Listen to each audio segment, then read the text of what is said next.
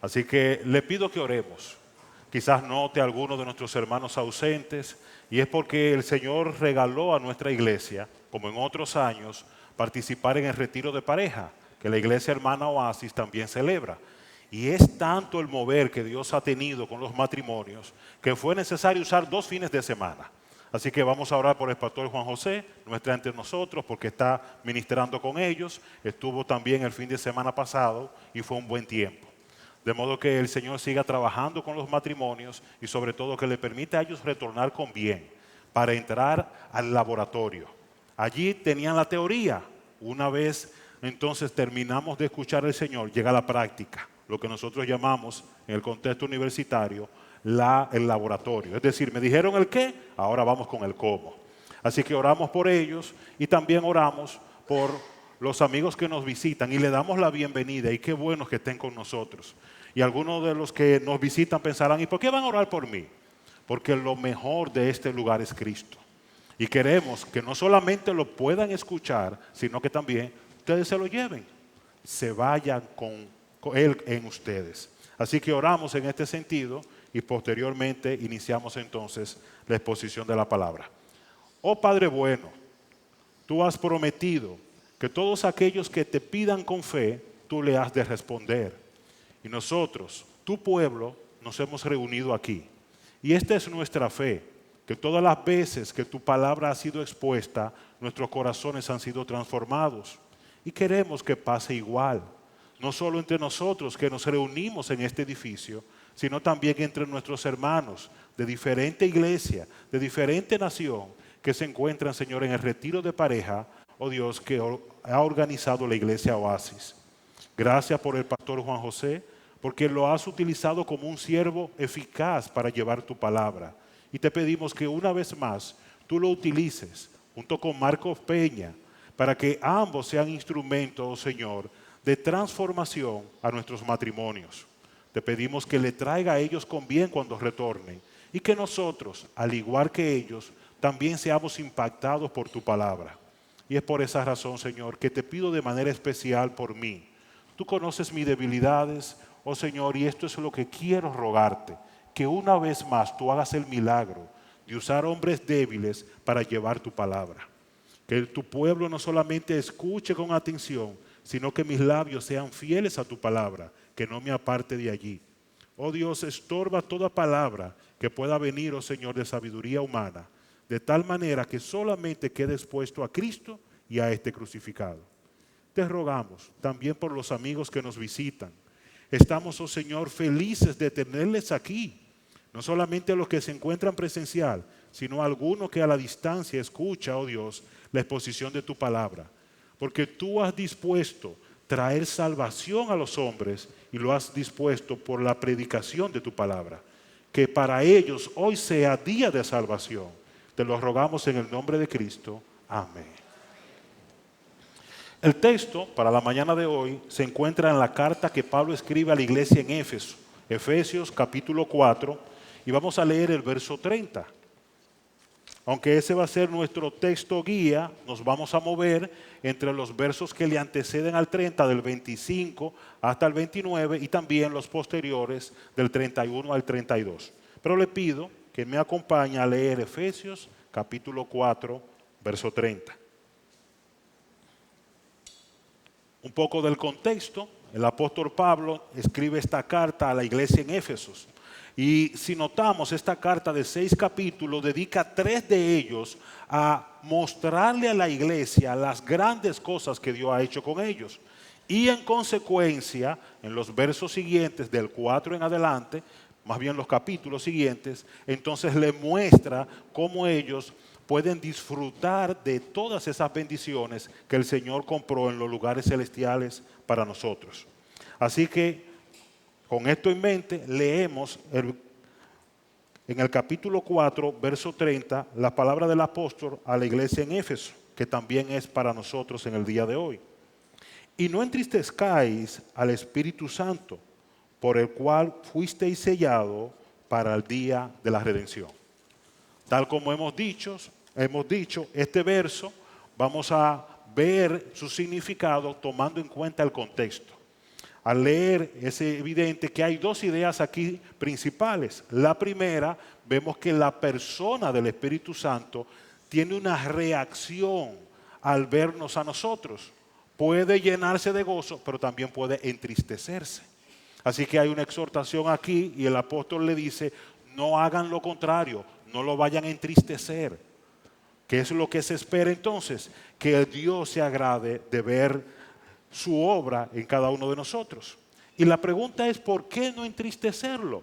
Porque Él es el sello, Él es la presencia de Dios, Él es aquella manifestación de que pertenecemos a Dios hasta el día de la redención, o más bien para el día de la redención. Así que hay dos elementos a destacar y hemos pensado exponer este texto considerando esos dos elementos.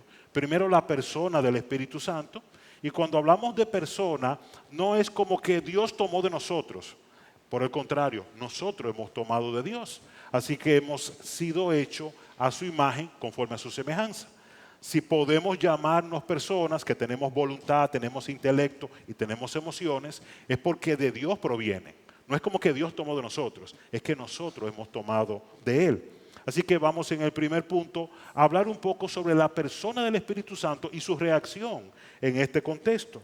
Y también vamos a hablar sobre esa condición que comparten todos los creyentes en todos los tiempos, y es que son sellados, es decir, que son apartados, son propiedad de Dios. Así que esos van a ser los dos puntos sobre los cuales nos vamos a enfocar para ver el texto.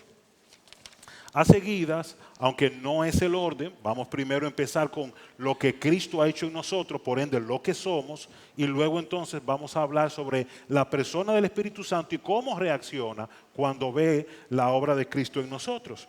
Así que vamos a hablar un poco sobre nuestra condición, lo que somos. Y nos va a ayudar mucho ver la carta. Recuerden que nuestro texto es un solo contenido, es decir, es una carta y estamos haciendo un zoom, como un foco, a una enseñanza en particular. ¿Cuál es esa enseñanza? Que los hermanos, los creyentes de todos los tiempos, debemos esforzarnos por no entristecer al Espíritu Santo. Y vamos a explicar esto de entristecer, porque en muchas ocasiones nosotros experimentamos esa emoción.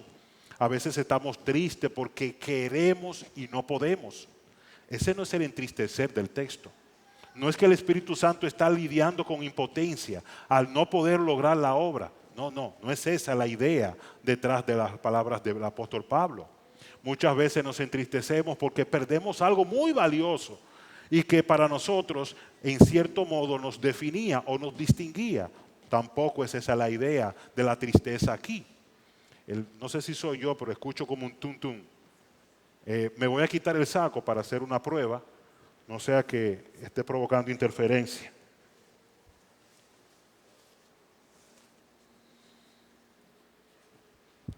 Entonces, nueva vez, hablando de la tristeza,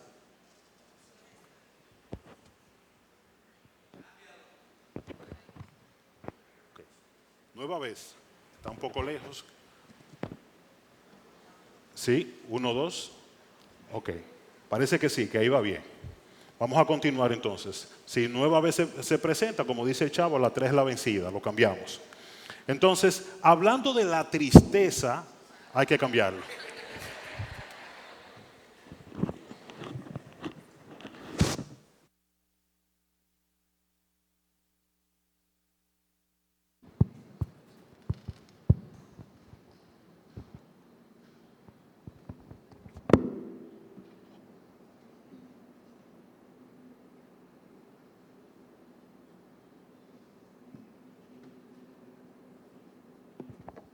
Ahora sí.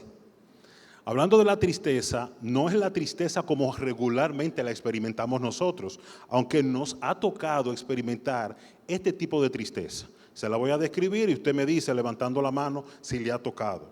¿Le ha pasado que usted le ha dado a alguien algo muy valioso, algo muy útil, y esa persona teniendo eso no lo aprovecha y usted se entristece?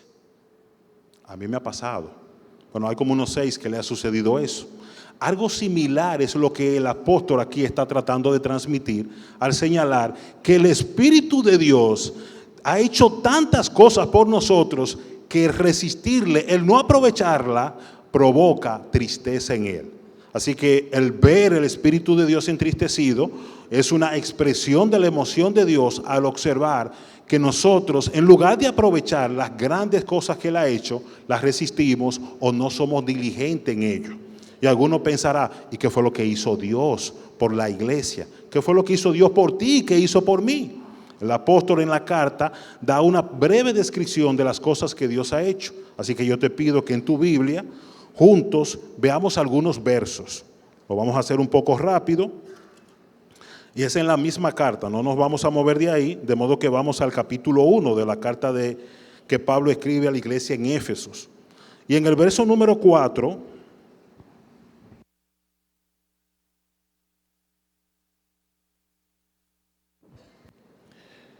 encontramos esta declaración del apóstol a la iglesia. Dice el verso 4 del capítulo 1, según nos escogió en Él antes de la fundación del mundo. ¿Para qué? Para que fuéramos santos y sin mancha delante de Él en amor. Así que lo primero que vemos aquí es que nosotros hemos sido escogidos.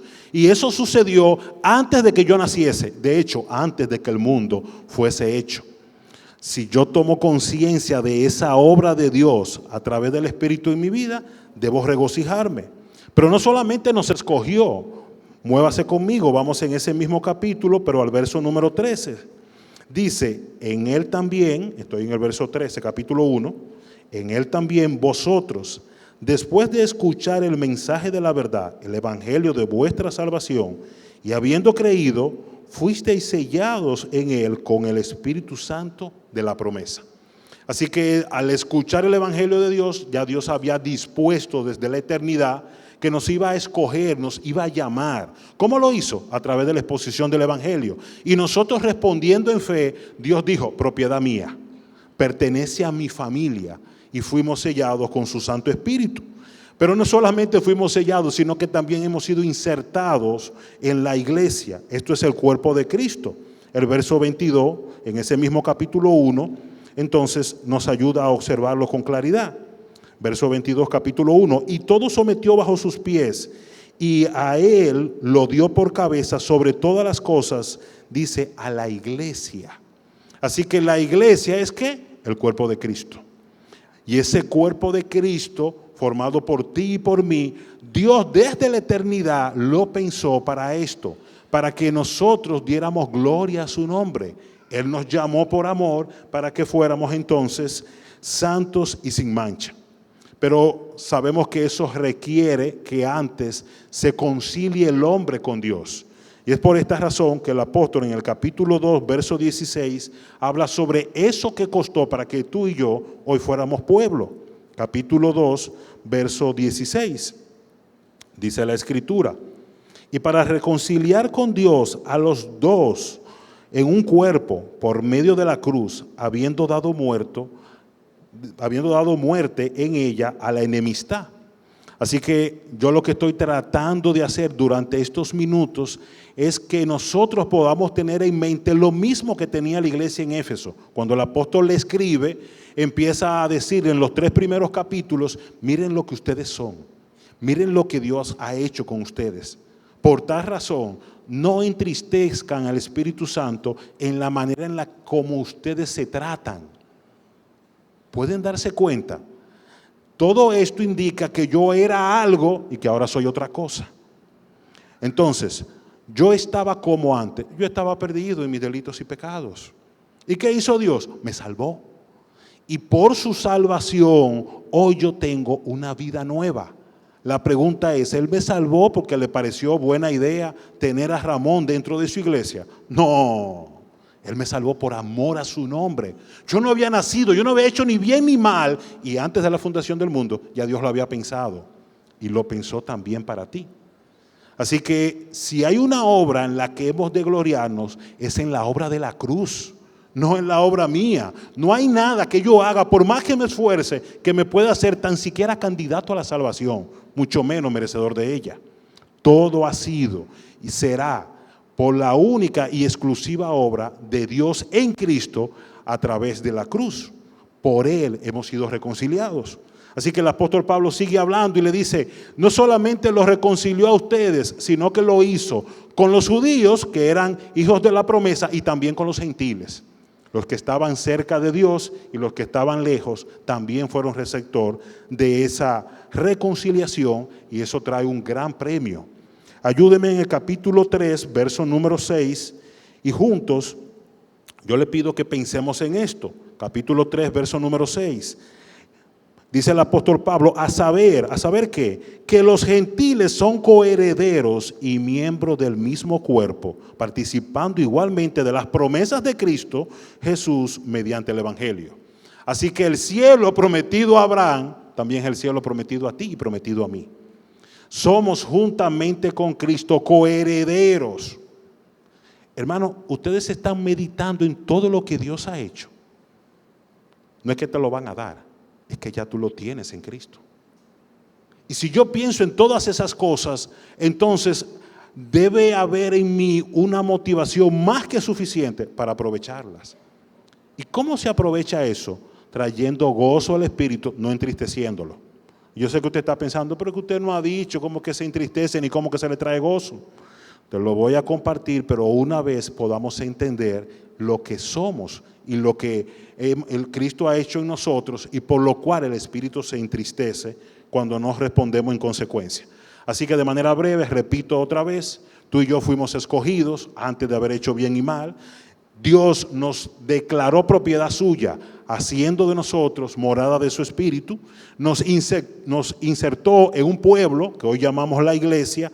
Eso gracias al sacrificio de Cristo en la cruz. No importa si tú estabas cerca de Dios o lejos de Dios, si eras judío o gentil, igualmente Dios te trajo a Él.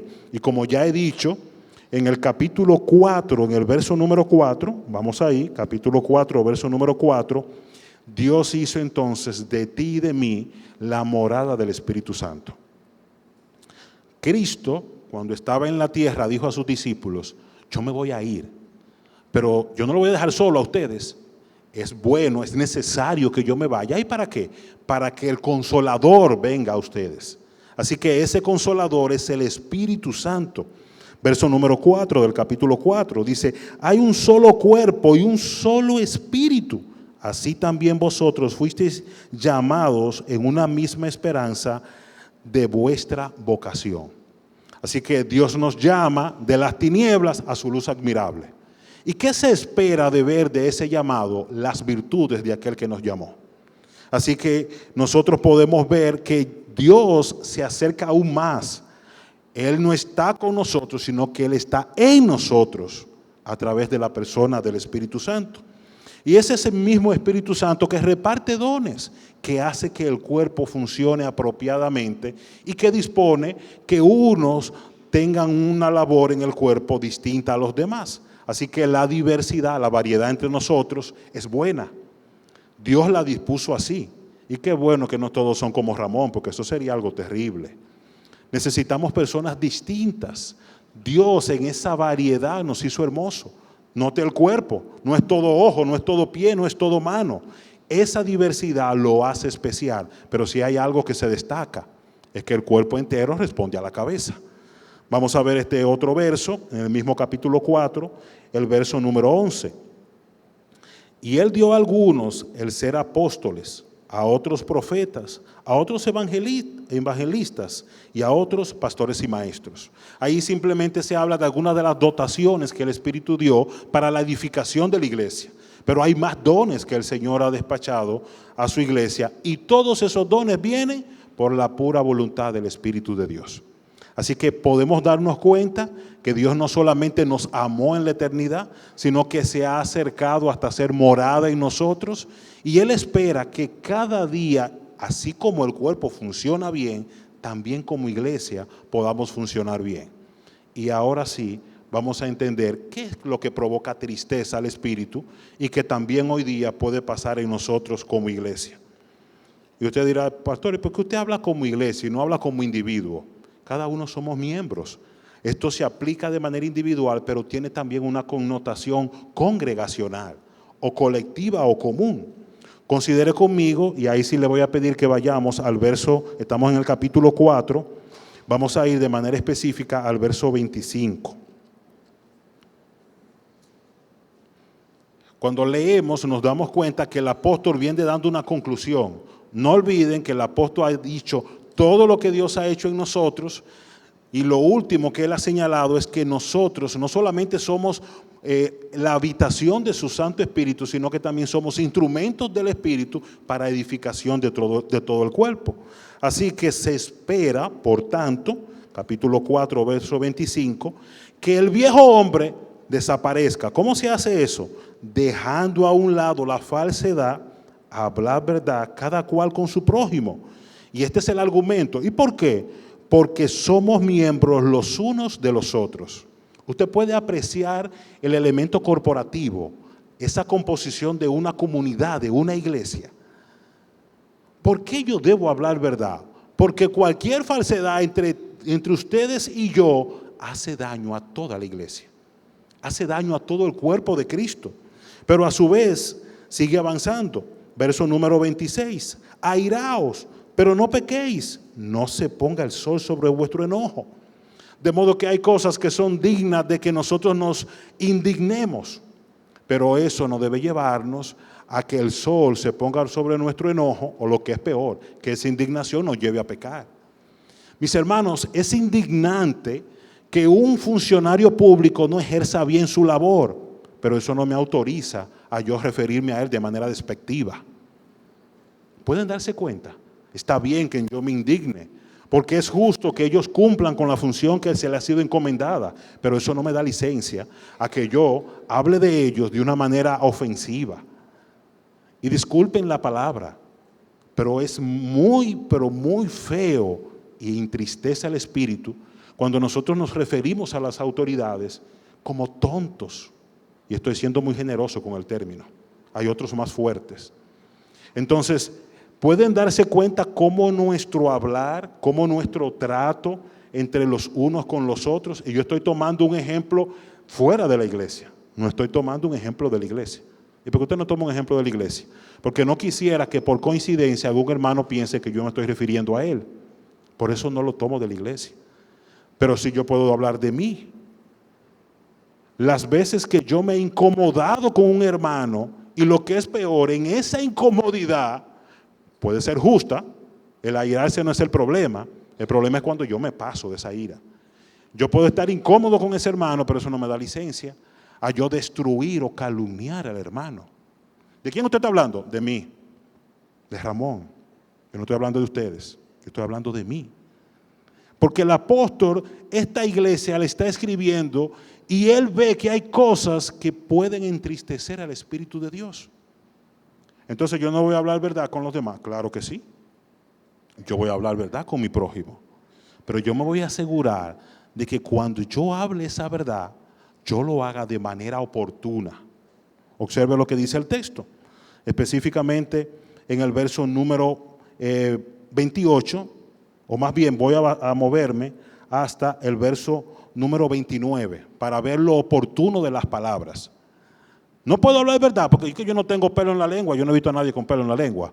Usted puede hablar la verdad, pero tiene que hacerlo de manera oportuna. Mire lo que dice el verso 29. No salga de vuestra boca ninguna palabra mala, sino la que sea buena para edificación, según la necesidad del momento, para que imparta gracia a los que escuchan.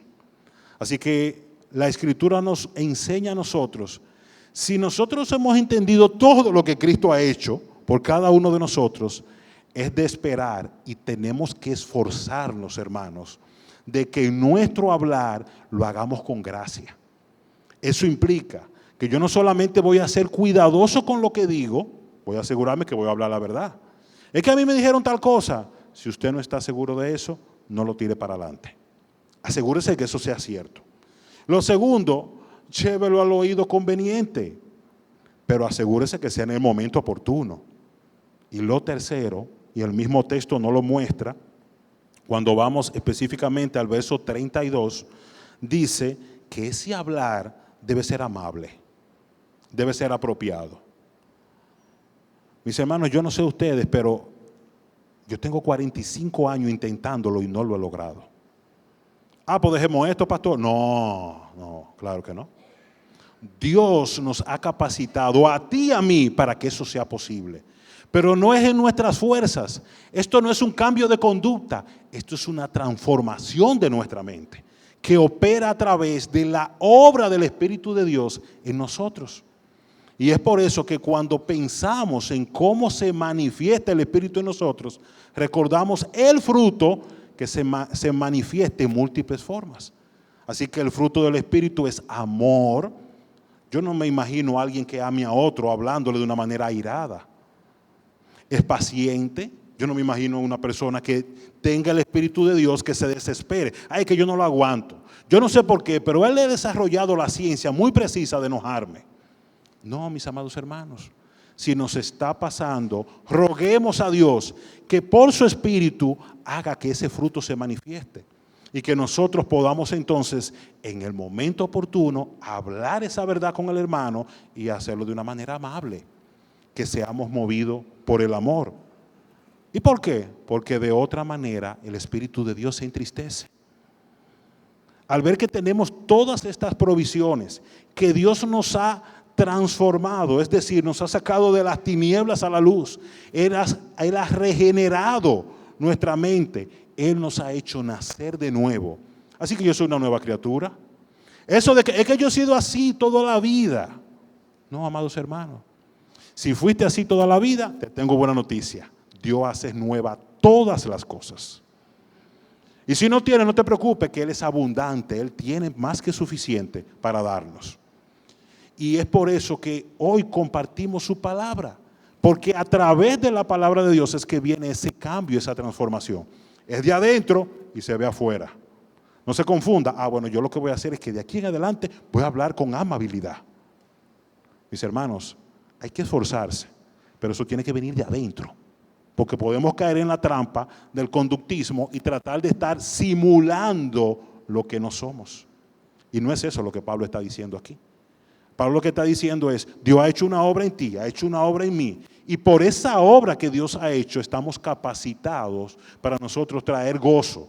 No solamente al Espíritu de Dios, sino a todos los que están a nuestro alrededor. Si eso no está pasando, entonces tenemos que tomar una firme decisión. Verso número 31. ¿Qué vamos a hacer? Dice el verso número 31, sea quitado de vosotros toda amargura, enojo, ira, gritos, maledicencia, así como toda malicia. Usted puede apreciar lo radical de esta declaración. Sea quitada. No, mira, yo creo que le podemos buscar la vuelta y quizás no haya que quitarlo así como de una manera tan áspera. Sí, hay que quitarlo. Hay que hacer morir en nosotros lo terrenal. Eso carnal no es para negociar, es para amputar, quitarlo, quitarlo, ya, se removió. Eso implica entonces un esfuerzo, una atención constante a la manera en cómo nos tratamos los unos a los otros. El argumento de Pablo es fuerte. Es que yo soy propiedad de Dios.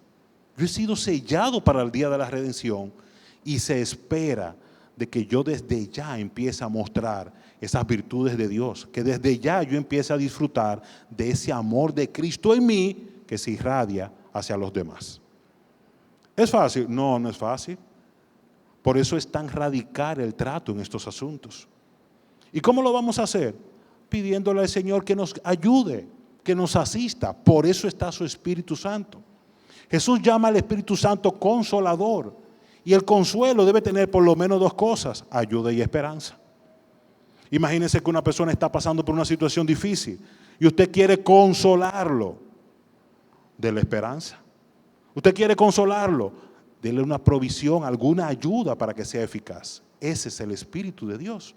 Él no solamente nos hizo nacer de nuevo, sino que Él nos recuerda su palabra y nos enseña toda la verdad. Y es por esa razón que si estamos conscientes de que el Espíritu de Dios está con nosotros en todo momento, aun cuando yo estoy conduciendo, también.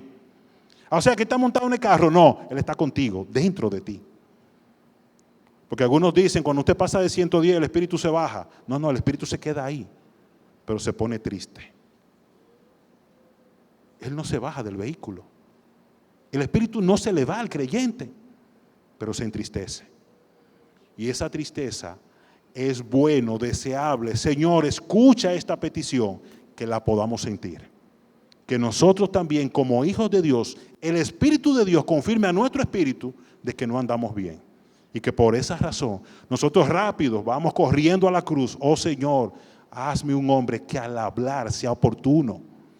Oh Dios, ayúdame a hablar verdad. Guarda mi lengua. Y créame, Dios lo hace. Él lo puede hacer. Él tiene el poder para hacerlo. Y eso no solamente va a traer gozo a su espíritu, también le va a traer gozo a usted. Qué bueno es cuando nosotros podemos honrar a Dios. Como dice el salmista, es que hacer tu voluntad me ha dado a mí alegría, me ha dado gozo. Que también sea así con cada uno de nosotros. Así que la persona del Espíritu Santo sí se entristece, pero también puede llenarse de gozo en la manera en la que nosotros nos tratamos o nos manejamos los unos con los otros. Pero yo he hablado mucho de la manera en la que conversamos o nos comunicamos, pero también hay otras formas en las que nosotros nos tratamos. Y yo quiero que rápido podamos ver 2 versos más. Recuerden que estamos viendo el capítulo 4, el verso número 30, pero estamos considerando el contexto, que entristece al Espíritu Santo. Y esa tristeza solamente es posible en aquellos que tienen el Espíritu, es decir, en aquellos que han sido sellados para el día de la redención. Así que al ver los versos anteriores, nos damos cuenta que en el verso 28 dice, el que roba, no robe más, sino más bien que trabaje haciendo con sus manos lo que es bueno, a fin de que tenga que compartir con el que tiene necesidad. Así que en nuestro trato común, no solamente nos tratamos al hablar, al conversar, al comunicarnos unos con otros, sino que también en la manera en la que manejamos las cosas que tenemos en nuestra mano, podemos dar un trato apropiado a los demás. Y mire, a mí me llamó mucho la atención, porque en mis años de trabajo, regularmente uno piensa, Señor, dame un buen trabajo, eso significa, doblado al español, un buen salario. Porque en ocasiones la gente dice, ¿y cuándo van a hacer el aumento en el trabajo? Sí, los trabajos aumentan siempre, pero el salario es otra cosa. Y regularmente nosotros pensamos, Señor, yo quisiera un buen trabajo con un buen salario para yo proveer a los míos y preparar el futuro. Pero mire lo que dice aquí, vuelva conmigo. Verso 28. El que roba, no robe más. Y entonces, si no más bien trabaje, para preparar mi futuro, no, dice, haciendo con sus manos lo que es bueno, a fin de que tenga que compartir con el que tiene necesidad. Muchos de nosotros, de manera natural, sabemos que hay una gran bendición en dar que en recibir. Pero quizás no hemos enfocado como parte de nuestros propósitos de crecimiento el que nosotros tengamos para compartir con aquellos que tienen necesidad. Y estudiando este texto, fui confrontado y le pedí al Señor, Señor, ayúdame en lo adelante, que cada vez que yo piense en un crecimiento económico o laboral, sea para ayudar a los demás. No sea solamente para proveer para los míos, eso está bien. La Biblia dice que si yo no proveo para los de mi casa, soy peor que un incrédulo, he negado la fe. Pero no se queda con mi casa. Hay otros que no están en mi casa y que tienen necesidad. En la misma iglesia hay otros que tienen necesidad. La pregunta es, ¿saqué el diezmo? ¿Saqué la ofrenda? ¿Saqué para el que tiene necesidad? No, ya eso es mucho con esos 2. El Señor da abundantemente y da para eso. Porque la Escritura dice que en mi ocupación por trabajar es para yo proveer, no para aprovecharme. Y yo sé que muchos dirán, pero como que eso está fuerte, que un cristiano robe, porque el apóstol, yo no sé usted, pero yo me he encontrado robando. ¿Y usted lo va a decir, pastor? Claro que sí. Porque el foco aquí es Cristo. ¿Cómo yo me he encontrado robando? Cuando en el tiempo del trabajo yo estoy haciendo otra cosa que no es el trabajo. Yo he estado robando. ¿Cuándo yo he estado robando? Cuando yo veo la necesidad de un hermano y yo subo el cristal. Yo he estado robando. Porque no solamente con el dinero, sino también con mi servicio, yo puedo ayudar a otros. Así que es una buena ocasión para yo pensar, Dios está conmigo, Él me ha provisto de todo lo que tengo. Así que debe salir de manera natural, debemos perseguir, buscar, esforzarnos. Señor, ayúdame también a atender a aquellos que tienen necesidad. Mis hermanos, hace algunos años, nosotros como iglesia fuimos muy diligentes en decir que no estamos de acuerdo con el aborto. Nos esforzamos, se hicieron marcha. Cuando vimos una amenaza en el sistema educativo de que esa ideología pudiera penetrar, nos levantamos. Y Dios en su gracia nos ha guardado. Ahora la pregunta es, ¿qué vamos a hacer con el problema? Solamente decir, no estamos de acuerdo con el aborto. Mis hermanos, eso es bueno decirlo, pero hay que bajar al laboratorio. Señor, yo voy a adoptar. Señor, yo voy a aportar para la fundación. Señor, mi bolsillo va a tener una cuota fija para el Ministerio Vida. Porque eso es más fuerte que poner un Twitter. Porque eso es más contundente que salir en una marcha. No para agradar a los hombres, para agradarle al Espíritu de Dios que vive en nosotros. Para que Él se goce.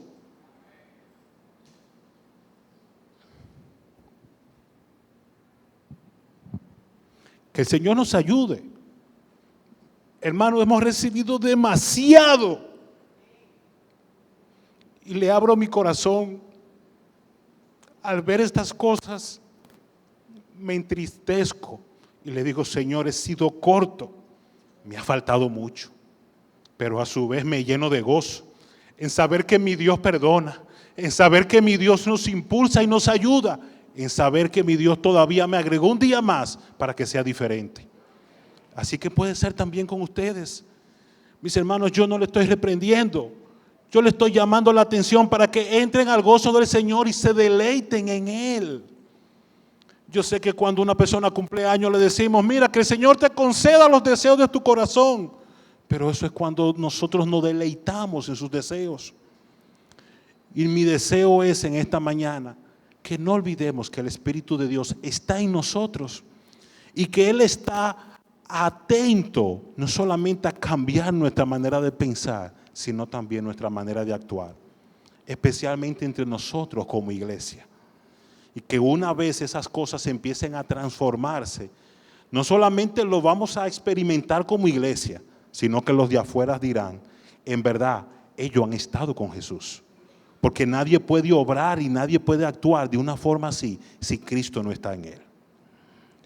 Para terminar, amados hermanos, no solamente es necesario de manera radical quitar todo aquello que entorpece, todo aquello que limita el gozo de Dios, sino también ser diligentes en esta tarea de que el Señor renueve nuestra mente. Y eso solamente es posible a través de la exposición de la palabra. Y esa tarea empezó el día en que tú y yo le dijimos al Señor, sí, yo voy a vivir para ti. Si ustedes recuerdan el verso 13 que estuvimos leyendo del capítulo 1, se darán cuenta el orden en que Dios trabajó en nosotros.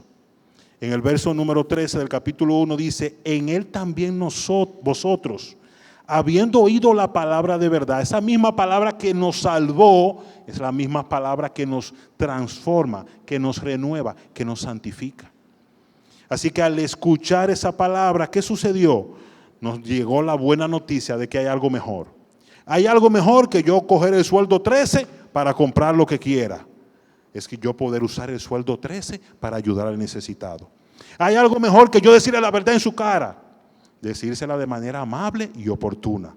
Hay algo mejor que yo vivir amargado, lleno de ira y enojado. Es cerrar toda brecha al diablo. Porque en el mismo instante que yo no resuelvo mi problema con el hermano, en la medida que el tiempo pasa, la puerta se hace más grande y más grande y más grande. Al principio es un poquito, pero luego se va ampliando. Y luego entonces es muy difícil tratar de volverla a cerrar. Así que si tenemos alguna diferencia con alguien, no mañana, no el lunes, no el martes, hoy vamos a resolverla. Como pueblo de Dios, como iglesia. Y también con los de afuera. Porque es una gran bendición nosotros poder perdonar así como hemos sido perdonados. Considere el verso número 32. El 32 dice, sed más bien amables unos con otros. ¿Se dan cuenta? Que es entre nosotros. Sigue diciendo, misericordiosos, es que Él no se merece el perdón. Usted no tiene idea de lo que Él hizo y qué bueno que no la tengo. Porque no soy yo que perdono. Es Dios quien tiene idea de lo que hizo Y créeme que no hay nadie más excelso que Dios. Y si Él perdonó, también nosotros. De modo que no hay sabiduría en el dicho, que lo perdone Dios, pero yo no. Señor nos libre de una expresión como tal, porque tú y yo no somos más que Dios, ni somos más justos que Dios. Ahora, es cierto, nosotros no somos tan misericordiosos como lo es Dios. Por eso, aquí el apóstol Pablo nos llama a la misericordia. No solamente sean amables, perdonen, aunque no se lo merezca. Sean misericordiosos. Eso es hacerle el bien a aquel que no se lo ha ganado o no se lo merece. Perdonando unos a otros. ¿Y hasta cuándo? Esta mañana se hablaba de 490, 491. Mire lo que dice aquí. Usted va a perdonar así como también Dios os perdonó en Cristo. Mire qué sencillo. Yo sé que algunos no somos buenos en matemática. Cuando Dios no te perdone, no perdone más. ¿Eso pudiera pasar? ¿Que Dios negara el perdón a sus hijos? Nunca. Así que como Dios nunca va a restringir el perdón a sus escogidos, tampoco nosotros limitemos el perdón a nuestros hermanos, ni a nuestros amigos. Por el contrario, que nosotros tengamos un corazón como el de Cristo, como el de Esteban. Señor, no le tomes en cuenta ese pecado. Eso solamente es posible cuando nosotros entendemos lo que ha hecho Dios por nosotros. Esteban veía los cielos abiertos. Ay, ¿qué importa que me estén matando a pedrada? Eso es secundario. Yo tengo más que lo que me están quitando. Yo tengo el cielo ganado. Yo soy coheredero de la gracia. Dios me ha rescatado para el día en que Él ha de venir. Y quiero, antes de terminar, hablar a los amigos. Amigo que me escucha, has oído hablar del Espíritu Santo. Y tú pensarás, pero ¿quién es el Espíritu Santo? El Espíritu Santo es Dios. Pero espérese, que me dicen que Dios uno es. Sí, es incomprensible porque los pensamientos de Dios no son como los nuestros. Dios Padre, Dios Hijo y Dios Espíritu Santo, los tres son Dios, pero a la vez son uno. Y Dios ha dispuesto a hacer morar su Espíritu sobre aquellos que le reciben. Y como leímos hace unos minutos, ¿cómo se recibe ese Espíritu? Escuchando la palabra de Dios. Al yo escuchar la palabra de Dios se hace evidente que yo soy pecador. Y entonces viene la buena noticia. Ese Dios es misericordioso y perdonador. Así que Él está dispuesto a perdonarte. ¿Y qué yo tengo que hacer? Creer nada más. ¿Nada más? Sí. Pues eso está muy sencillo. No es tan sencillo para Dios. Le costó la preciosa sangre de su Hijo. Y creer no es solamente una expresión, es toda una vida. Amarás al Señor tu Dios con toda tu fuerza, con toda tu mente. En pocas palabras, sin reserva, con todo. Eso te va a costar el resto de la vida. Ahora bien, vale la pena. Pero no te confundas, no es que tú te vas a ganar la salvación. No, es que aquellos que son salvos disfrutan del amor de Dios y de la obra del Espíritu Santo en sus vidas y ya pueden tratarse con los demás de una manera que trae gloria a Dios y trae bendición a tu prójimo. Así que hoy y ahora es buen momento. ¿Cómo lo hacemos? Orando, hablando con Dios, diciéndole, Señor, reconozco que he pecado. Y evidencia de ello es mi maltrato con los demás. Por eso te pido, hoy cámbiame, transfórmame. Y como tú has dicho que te deleitas en perdonar, he aquí un pecador, perdóname. Que el Señor escuche tu oración. Oramos. Oh Padre, cuán bueno eres, que a pesar de lo que somos, tú nos has escogido. Pero aún más, no nos dejaste como llegamos, nos está transformando cada día. Y tú nos has concedido tu Santo Espíritu para que esté con nosotros, para que nos ayude. Por lo cual nosotros te pedimos, perdónanos, porque muchas veces hemos entristecido a tu Espíritu, no solamente en la manera en la que nos tratamos, sino también en la manera en la que manejamos las cosas que tú has puesto en nuestras manos. Perdónanos, oh Dios, y ayúdanos. Te rogamos que tú nos des la fuerza necesaria. Es parte de los frutos que tú has mostrado en tu Espíritu, que podamos ejercer dominio propio, que podamos poner candado a nuestra lengua pero que quitemos el candado del bolsillo también para tender la mano al necesitado. Que tú nos concedas, oh Dios, tener un corazón como el tuyo, de tal manera que nos gocemos con lo que tú te gozas y con aquellos que te entristece, oh Señor, lo evitemos, lo quitemos de nosotros. No solo hoy, sino todos los días de nuestras vidas, porque hay algo mucho mejor, hay algo mucho más excelente y lo queremos disfrutar. Ayúdanos a disfrutar, oh Dios, de tu misericordia. Ayúdanos a disfrutar de tu bondad que nos hace ser amables. Ayúdanos a disfrutar del perdón que lo hemos recibido de ti y que lo necesitamos para otros y también para nosotros. Te rogamos que también tú te agrades de prosperar, oh Dios, en el corazón de nuestros amigos su petición.